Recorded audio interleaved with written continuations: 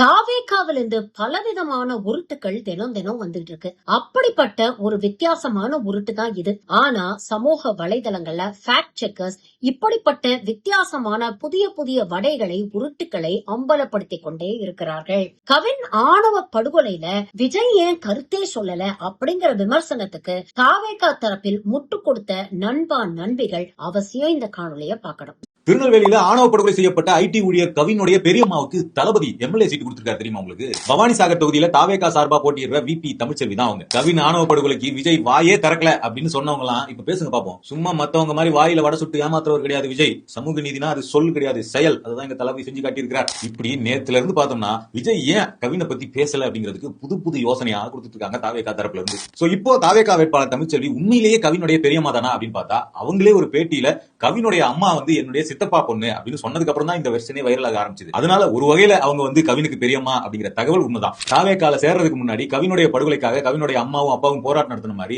இவங்க அதுக்காக போராட்டம் நடத்திட்டு இருந்தாங்களா அப்படின்னா இல்ல. சோ அப்ப வேற என்ன பண்ணிட்டு இருந்தாங்க அப்படின்னு பார்த்தா அடிப்படையில இவங்க ஒரு பியூட்டிஷியன். அதனால என்ன, அதுல ஒன்னும் சிக்கல் இல்ல. ஆனா தாவேகால சேர்றதுக்கு முன்னாடி இவங்க அதிமுகவுடைய நிர்வாகி. அதிமுகவுல ஈரோடு புறநகர் மேற்கு மாவட்ட மகளிர் அணி துணை செயலாளரா இருந்திருக்காங்க. அது மட்டும் இல்ல, அதிமுகவுல இருக்கும்போது செங்கோட்டையனுடைய தீவிர விசுவாசியா இருந்திருக்காங்க. செங்கோட்டையன் கலந்துக்கிற எல்லா நிகழ்ச்சிகளையும் போய் கலந்துக்கிறது, கல்யாணத்துக்கு போனா கூட 4 பேர் போவாங்க இல்லீங்களா, அந்த மாதிரி போறவங்களையும் இவங்க ஒருத்தவங்களா இருந்திருக்காங்க. செங்கோட்டையனுடைய போட்டோவை போட்டு பேனர் அடிக்கிறது, அவங்களுடைய சோசியல் மீடியா பேஜை ஓபன் பண்ணி பார்த்தாலே செங்கோட்டையன் செங்கோட்டையன் சொல்லிட்டு ஒரே செங்கோட்டையன் புராணமா தான் இருக்குது. செங்கோட்டையன் அதிமுகவுல இருந்து வெளியில வந்து தாவேகால சேரும்போது தான் இந்த தமிழ்ச்செல்வியும் அவர் கூடவே தான் வந்து தாவேகாவுல இணைஞ்சிருக்காங்க. ஜூலை 27ஆம் தேதி படுகொலை செய்யப்பட்ட கவினுடைய இறுதி ஊர்வலம் பார்த்தோம்னா ஆகஸ்ட் 1ஆம் தேதி தான் நடந்தது. சோ இதுக்கு இடையில ஜூலை 30ஆம் தேதி கவினுடைய உடலை வச்சுக்கிட்டு எல்லாரும் நீதி கேட்டு போராடிட்டு இருந்தப்ப இவங்க அவங்களுடைய சோசியல் மீடியா பேஜ்ல இவங்களுடைய பியூட்டி பார்லர் அட்வர்டைஸ்மெண்ட் போட்டுட்டு இருந்தாங்க. அது மட்டும் இல்ல, கவின் படுகொலை செய்யப்பட்ட அடுத்த நாள் ஜூலை 28ஆம் தேதி பார்த்தோம்னா 10 வகையான சட்னி செய்யறதுக்கு ரெசிபி போட்டுட்டு இருந்திருக்காங்க. அப்புறம் மோனிகா பாட்டோடைய டான்ஸ் ரீல்ஸ் ஒருத்தவங்க ஆடினது ஷேர் பண்றது, இப்படி பல போஸ்ட்களை போட்டுட்டு இருந்தவங்க ஜூலை 31ஆம் தேதி தான் கவினை பத்தி சோசியல் மீடியாவில் வேற மீடியாவில் வந்த செய்திகள் எல்லாம் ஷேர் பண்ணிருக்காங்க. ஆனா ஷேர் பண்ணிட்டு அன்னைக்கு நைட்டே பார்த்தோம்னா ஒரு இந்தி பாட்டோடைய ஷார்ட்ஸ். அதுக்கப்புறம் கவினுடைய இறுதி ஊர்வலம் முடிஞ்ச உடனே ஆகஸ்ட் 3ஆம் தேதியில இருந்து மறுபடியும் Sengottaiyan photo, Sengottaiyan video, Sengottaiyan reels.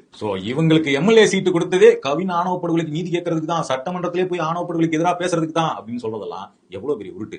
இவங்களுக்கு ஏன் தாவேகால சீட்டு கொடுக்கப்பட்டுச்சு அப்படின்னா இவங்க செங்கோட்டையனுடைய விசுவாசியா இருந்ததுனாலதான் இவங்களுக்கு சீட்டு கொடுக்கப்பட்டிருக்கு. கவினுடைய உறவினர் அப்படிங்கிறதுக்காக எல்லாம் சீட்டு கொடுக்கப்படல.